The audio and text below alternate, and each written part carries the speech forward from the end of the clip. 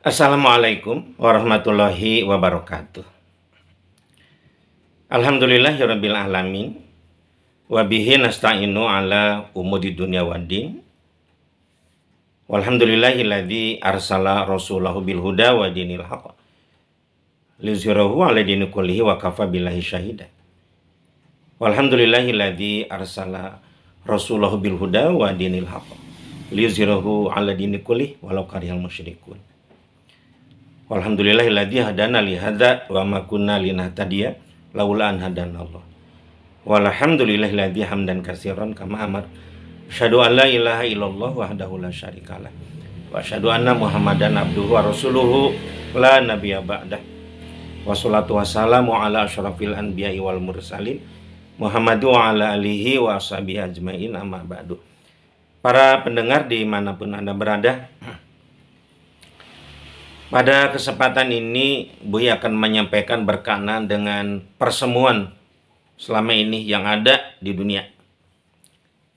Persemuan-persemuan ini merupakan sebab-sebab ya, terjadinya gejolak di masyarakat, gejolak di suatu negara yang nantinya menghasilkan atau mengakibatkan saling bunuh, saling bakar, saling bacok, diawali dengan kesalahpahaman.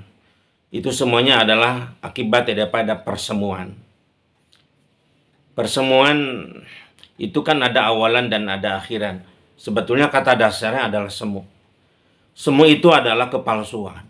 Semu itu adalah kebohongan.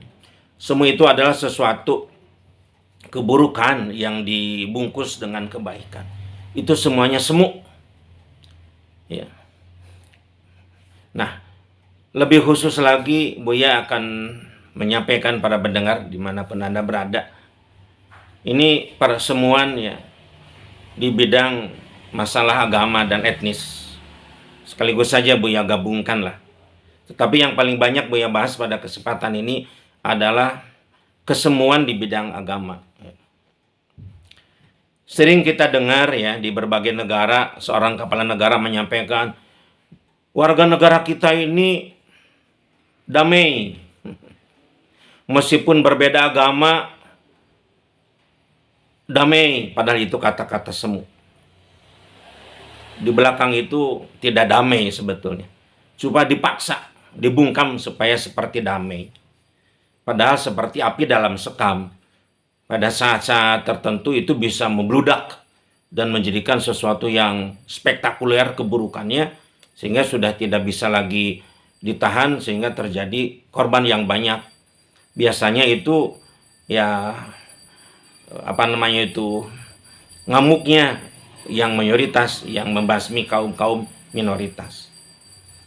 Di negara kita ini meskipun banyak etnis tetapi damai kita ini. Itu semuanya semu. Mengapa Buya berani mengatakan itu adalah kata-kata semu ya? Karena memang pada kenyataannya tidak ada perdamaian yang hakiki di berbagai negara itu. Semuanya atas dasar otoriter negara, otoriter daripada undang-undang gitu ya. Sehingga komunikasi di antara penganut agama yang berbeda ini betul-betul ditutup sama sekali. Kaum pemerintah begitu sangat takut kalau kaum agamawan bersatu, kaum agamawan ada komunikasi yang intens, kaum agamawan ada obrolan sehingga kelihatan memang betul-betul hakiki kebersamaan ya dalam perbedaan setelah adanya obrolan gitu ya. Tidak ada itu. Kehakikian seperti itu setelah Buya teliti bagaimana kehidupan berbagai agama di berbagai negara, juga berbagai etnis di berbagai negara, tidak ada kehakikian itu. Yang ada adalah kesemuan. Ini terjadi setelah abad pertengahan, di mana kaum agamawan, di mana kaum ilmuwan memisahkan antara kenegaraan dengan keagamaan. Sebetulnya itu adalah kasus. Sebetulnya kasus. Tetapi kenapa menjadi global? Disamaratakan, padahal agama Islam tidak ikut campur tentang itu. Karena agama Islam bukan agama doktrin yang dibikin-bikin oleh para pemimpin agamanya. Gitu. Agama Islam ini betul-betul dipimpin oleh para rasul, para nabi, yang penuh dengan keterbukaan. Semuanya disampaikan karena memang para nabi punya sifat tabligh, amanah, bisa dipercaya, kejujuran. Di samping juga fatonah artinya kecerdasan, ya, dan sidik, kejujuran. Amanah menyampaikan. Nah, para pemimpin agama yang memang sudah diputarbalikan, itu terus mereka memutarbalikan demi istilahnya itu kepentingan duniawi. Sehingga saat itu dibedakanlah antara istilahnya itu penanganan agama dengan unsur-unsur kenegaraan. Padahal agama Islam agama yang kafah, rahmatan lil alamin. Udkhulu fis silmi kafah. Jadi kita tidak boleh ya menyangka bahwa agama Islam ini agama yang fisik, agama yang hanya untuk rahibiyah, istilahnya itu hanya sufiah, sifatnya itu hanya mujasmedi gitu. Tidak, agama Islam agama gaul. Sebagaimana juga di dalam qaul Buya Asep itu ada dalam qaul ke-1 bahwa agama Islam adalah agama gaul, bukan agama istilahnya itu rahibiyah. Nah, berdasarkan kepada itu kenyataannya kehakikian itu tidak ada. Sehingga para saudara ya dimanapun berada sering melihatkan terjadi gejolak yang luar biasa, peperangan antara etnis saling bunuh, peperangan antara agama yang sebetulnya ini tidak usah terjadi. Kalau memang para kepala negara itu ya istilahnya itu berlapang dada lah, gitu ya. Mempersilahkan kaum agamawan itu ya komunikasi dengan intens, tidak ada larangan. Tetapi pada kenyataannya kepala negara di berbagai negara melarang, bahkan lebih detail dikatakan melarang mengajak beragama kepada orang yang sudah beragama. Astagfirullahaladzim. Ini sangat keterlaluan. Jadi ini keputusan manusia. Manusia bikin hukum yang melawan hukum Allah Subhanahu wa taala. Di dalam Al-Qur'an surat Fussilat ayat ke-33 disampaikan, A'udzubillahi minasyaitonirrajim. Bismillahirrahmanirrahim. Wa man ahsanu qawlan mimman da'a ilallah. Siapa sih yang lebih baik ucapannya selain mengajak kepada Allah? Jadi otomatis umat Islam kan ingin menjadi ahsanul amal. Sebagaimana tertera di dalam surat Al-Mulk Tabarok. Kita ingin menjadi manusia yang terbaik. Ya dengan cara berdakwah. Wa man ahsanu qawlan mimman da'a ilallah. Tidak ada yang lebih baik saling berdakwah. Bahkan dikatakan wa amila sholihan, berkaryalah. Bagaimana caranya supaya ucapan kita itu dilengkapi dengan karya yang baik, karya nyata, sehingga betul-betul agama Islam ini dikenal ya oleh dunia, manusia di dunia.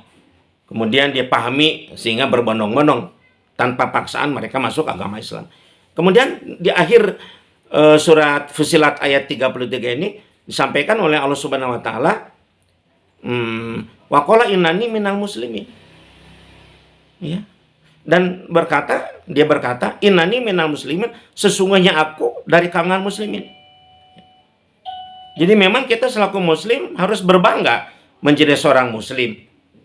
Dengan mengatakan innani, sesungguhnya aku minal muslimin, dari golongan kaum muslimin. Ya. Jadi tidak boleh kita menutupi kita istilahnya itu malu menjadi seorang muslim. Tetapi kita betul-betul ingin menjadi seorang muslim yang baik sampai innani minal muslimin, bahwa aku ini seorang muslim. Nah, dengan adanya larangan dari pemerintah yang otoriter, berdakwah, mengajak agama kepada orang yang sudah beragama, secara tidak langsung itu bertentangan. Jadi betul-betul memenjarakan, ya, membunuh hukum Allah. Masa ini bisa terjadi seperti begitu? Sehingga sebagai bentuknya atau akibatnya azab Allah turun dari langit. Revolusi demi revolusi, gejolak negara demi gejolak negara, kemiskinan makin merajalela. Rakyat sudah tidak senang dengan pemimpinnya, pemimpin menindas kepada rakyatnya. Itu yang terjadi selama ini. peperangan antar negara karena tidak ada keberkahan hidup di dunia ini. Itu yang pertama. Yang keduanya kita lihat sekarang di dalam Al-Quran surat An-Nahl surat ke-16 ayat 125. A'udzu billahi minasyaitonir rajim. Bismillahirrahmanirrahim. Ud'u ila sabil rabbika bil hikmati wal mau'izatil hasanati wajadilhum billati hi ahsan. Inna rabbaka huwa a'lamu biman dhalla an sabili wa huwa a'lamu bil muhtadin. Shadaqallahul adzim. Ud'u ila sabili rabbika. Ajaklah olehmu kepada jalan Tuhanmu. Ud'u ila sabili rabbika bil hikmah, dengan hikmah, dengan perbuatan kita, dengan akhlak bagus kita.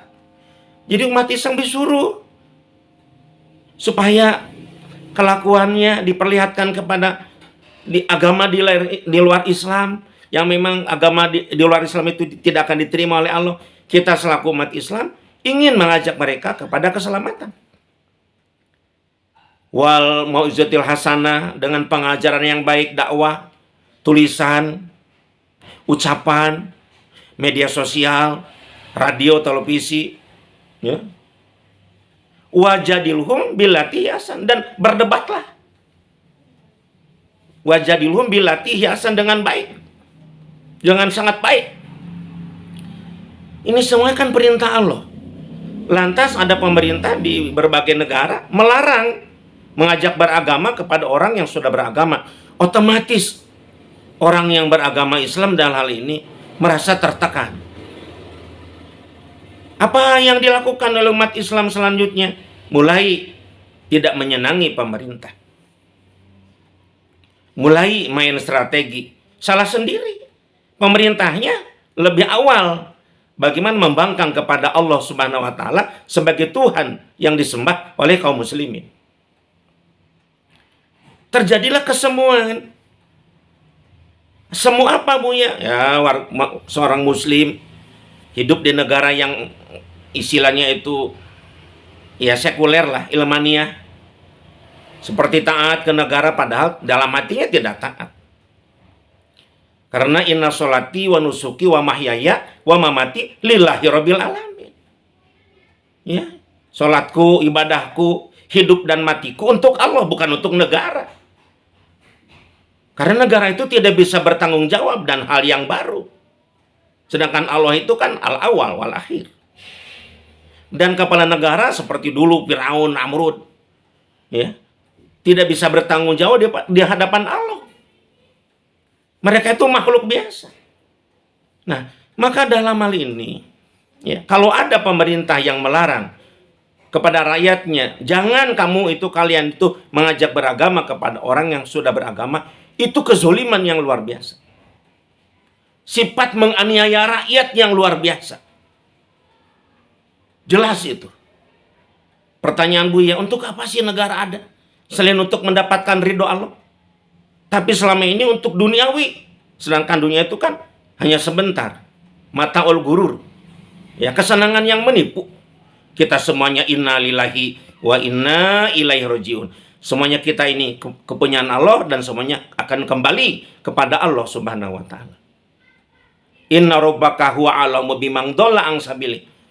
Sesungguhnya Tuhanmu Maha mengetahui siapa sih yang sesat daripada jalannya. Huwa a'lamu bil muhtadin, dan Allah Maha mengetahui siapa yang ada di dalam jalan yang lurus. Jadi kalau ada pemerintah yang mengatakan ya kita damai antar umat beragama, tetapi masih melarang orang yang beragama mengajak kepada agama lain untuk mengajak, itu sama-sama itu kesemuan, kebohongan dan kedustaan.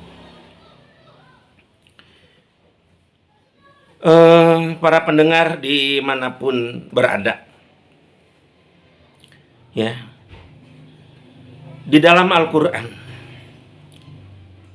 surat Al-Fatah atau Al-Fat, ya, ayat ke-28, Allah Subhanahu wa taala berfirman, A'udzubillahi minasyaitonir rajim.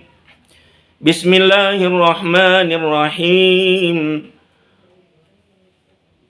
Wallahu alladzi arsala rasulahu bil huda wa dinil haq liyuzhirahu 'ala dini kullihi wa kafa billahi syahida.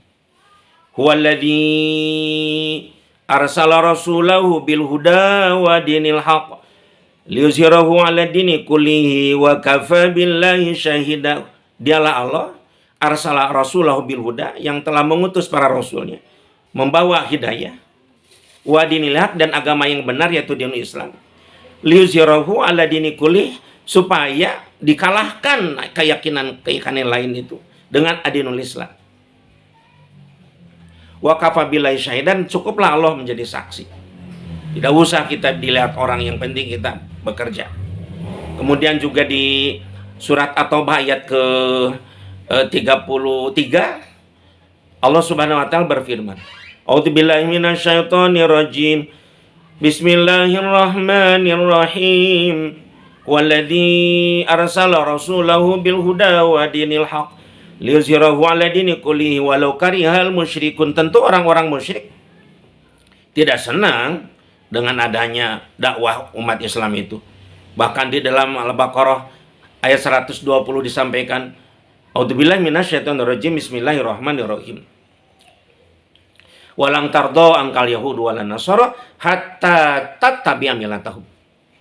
Yang artinya tidak akan ridho kaum Yahudi dan Nasrani ya kepada kalian selama atau sebelum kalian masuk kepada ajaran mereka. Nah, maka dalam hal ini para pendengar dimanapun Anda berada, sebetulnya sekarang ini yang ada terjadi kesemuan dan kesemuan. Sehingga nanti kita akan, Buya dalam hal ini akan memberikan solusi, mudah-mudahan kebuntuan ini ada jalan keluarnya. Ya, menyangkut tentang itu. Disampaikan oleh Buya menyangkut tentang kesemuan-kesemuan yang terjadi sekarang ini. Nah, baik. Apa menurut Buya? Mungkin kalau pendengar bertanya, apa masukan Buya untuk pemerintah agar tidak terjadi kesemuan-kesemuan, agar bahkan yang nanti yang terjadi adalah perdamaian. Tidak lain dan tidak bukan ya. Ini Buya sampaikan kepada bapak-bapak, saudara-saudara yang jadi penguasa. Kalaupun tidak mendengar, mungkin dari aparatnya ya, para menterinya, gubernurnya, tolong disampaikan ya. Untuk apa kalian melarang orang beragama mengajak kepada orang lain berdakwah? Anda itu sudah mengimpotenkan agama, terutama agama Islam. Tidak sadarkah saudara? Sekarang saudara beragama apa? Kalau saudara beragama Islam, seorang muslim, harus sadar kalau tidak ada yang dakwah saat itu. Para sahabat tidak diutus ke Nusantara, kalau kita berbicara Indonesia. Para sahabat tidak diutus oleh baginda Rasul ke berbagai negara, Eropa, Amerika, Afrika, dan sebagainya, Asia. Maka bukan mungkin lagi, pasti kita menganut agama-agama kepercayaan. Agama-agama yang sesat itu. Berdakwah ini adalah dakwah bagi kaum muslimin. Nyawa maksud Buya. Dakwah ini adalah nyawa bagi kaum muslimin untuk menyampaikan Islam itu. Dan kunci yang Buya sampaikan pada kesempatan ini kepada para penguasa, jangan takut terjadi gesekan-gesekan antara umat beragama kalau dibebaskan oleh saudara saling mengajak kepada agama masing-masing. Terutama kalau Anda curiga kepada agama Islam, itu sangat salah. Itu salah alamat. Karena agama Islam di dalam Al-Quran surat Al-Baqarah ayat 256, begini Allah berfirman.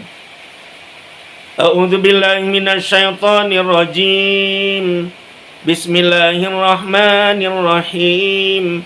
La ikraha fid din. Qad tabayyana rusydu minal ghayy.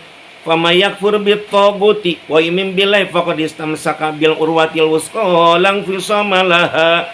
Wallahu sami'un alim. Shadaqallahul azim. La ikraha fid din. Tidak ada paksaan untuk masuk agama Islam itu. Tidak ada paksaan. Itu apa dipaksa? Kita hanya menawarkan ajaran Islam yang luar biasa, al-Islamu ya'lu wa la yu'lalai. Inna dina indallahil Islam wa may yabtaghi ghairal islami dina fala yuqbalu minhu wa huwa fil akhirati minal khasirin. Kemudian Anda tidak mau. Enggak apa-apa, tidak ada paksaan. qad tabayyana rusdu minal ghoi. Karena sudah jelas antara yang benar yaitu Islam, ya. Wal ghoi itu agama yang salah di luar Islam. Sudah jelas. Cuma kita selaku muslim ingin mengajak sama-sama mendapatkan keselamatan. Kita tidak boleh ingin selamat sendiri. Kita tidak boleh ingin ke surga sendiri. Kita betul-betul harus fastabiqul khairat. Ahsanu amala, menjadi orang yang paling baik supaya nanti mendapatkan surga Firdaus. Mudah-mudahan bersama-sama surganya dengan para rasul, yaitu di surga Firdaus.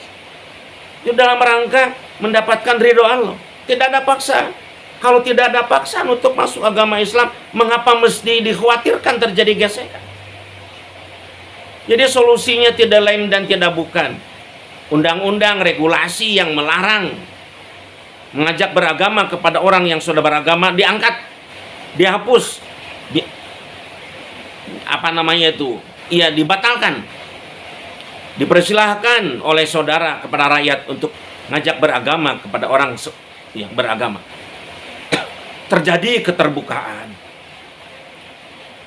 terjadi pemahaman, ya, tidak seperti sekarang perdamaian semu. Apa yang terjadi? Umat Islam tidak paham isinya apa sih, isi ajaran orang-orang non-muslim, kecuali para ulama sudah paham. Kemudian orang-orang non-muslim tidak paham ajaran Islam, disangkanya ya kekerasan, Islam disebarkan dengan pedang. Terjadilah fobia Islam, kebencian kepada Islam, ketidaksukaan kepada Islam. Itu gara-gara ketidakterbukaan, tidak ada obrolan. Analognya begini, kalau misalkan kita sedang ada di bis kota atau di bis umum, masing-masing berdiri, kita saling pandang, kita tidak saling nanya, kecurigaan tuh ada. Yang di hadapan kita tuh lihat kanan, lihat kiri, waduh jangan-jangan mempersiapkan untuk membunuh aku atau cari teman-temannya. Wah banyak. Pada saat dia gerak sedikit, kita siap-siap, ya pasang kuda-kuda, jangan-jangan dia mau mukul. Kita lihat ke mata kita juga langsung lihat saling pelotot-pelotot. Sering curiga pada akhirnya. Coba kalau dua orang itu yang masing-masing berdiri, misalkan di bis umum, saling nanya, Pak, mohon maaf dari mana? Mau kemana? Nah mulai, siapa nama? Mulai terbuka ngobrol. Oh saya, anaknya berapa Pak? Usia berapa? Ya, jadi memang dalam hal ini harus ada seperti itu. Yang terjadi sekarang perdamaian yang semu, dan suatu saat bisa terjadi istilahnya itu kejadian yang luar biasa tiba-tiba karena saking sudah menumpuknya permasalahan umat. Ya, apa yang terjadi? Banyak masjid-masjid yang dihancurkan oleh non-muslim, banyak gereja, sinagog, ya, kemudian juga kelenteng yang dihancurkan umat Islam. Ada non-muslim mau bikin gereja di dekat masjid, dilarang oleh kita, tidak boleh. Ada orang mau ngebangun masjid di dekat gereja, dilarang. Padahal kalau kita sudah keterbukaan obrolan, silakan saja. Gereja dekat masjid berdampingan juga. Kita selaku muslim tidak takut umat Islam masuk kepada gereja karena akidah kita kuat. Bahkan kita berbahagia supaya tiap hari kita bisa berdakwah kepada non-muslim. Kenapa kamu kok menyembah kepada istilahnya itu Tuhan yang ada katakan anak Tuhan, Bapak Allah dan sebagainya? Wah, kita bongkar dengan baik.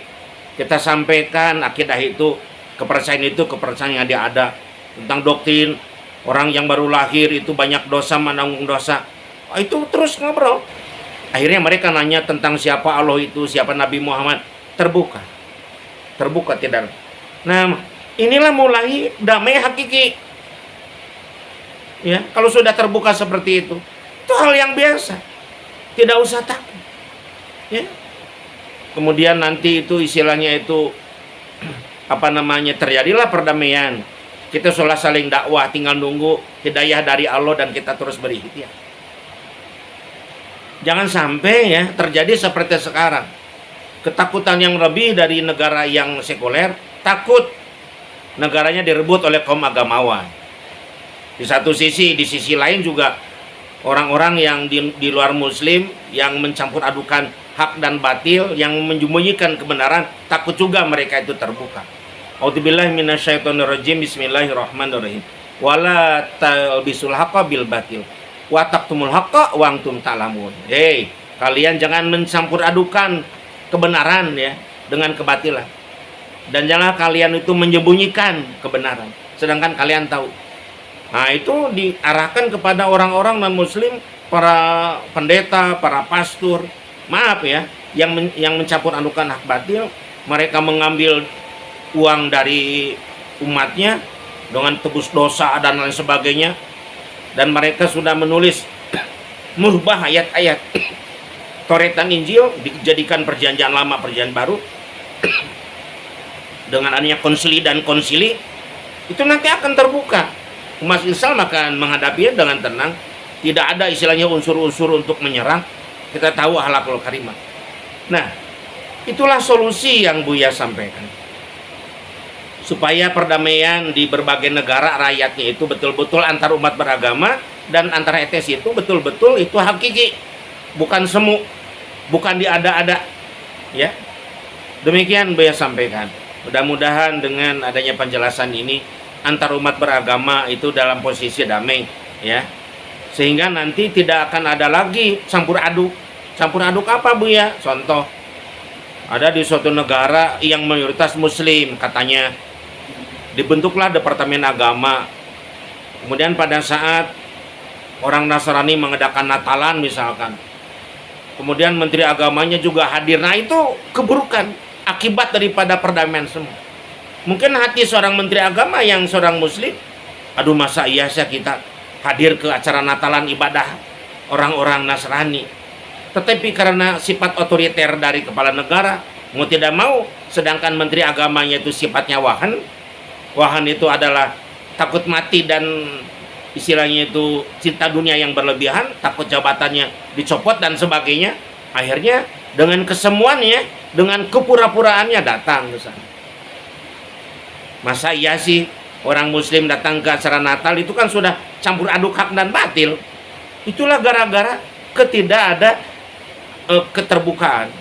Tetapi nanti kalau sudah ada keterbukaan, ada obrolan seperti zaman baginda Rasul, orang muslim kan bisa mengatakan begini, maaf ya, bukan aku tidak mau mengucapkan selamat Natal, tapi Allah yang melarang. Karena kami percaya agama kamilah yang paling benar. Maka untuk acara-acara seperti keagamaan saudara, ya kami juga wakilkan. Ini setiap kami yang beragama sama dengan saudara untuk menghadiri acara itu. Itu bisa seperti itu. Kalau kita sudah ada keterbukaan, tidak seperti sekarang. Ada campur aduk agama, ya demi negara mengorbankan agama, demi duniawi mengorbankan agama. Itu celaka dan celaka. Terima kasih, mohon maaf atas kekurangan dan kehilapan Buya. Wabillahi taufiq wal hidayah, waridho wal inayah. Wassalamualaikum warahmatullahi wabarakatuh.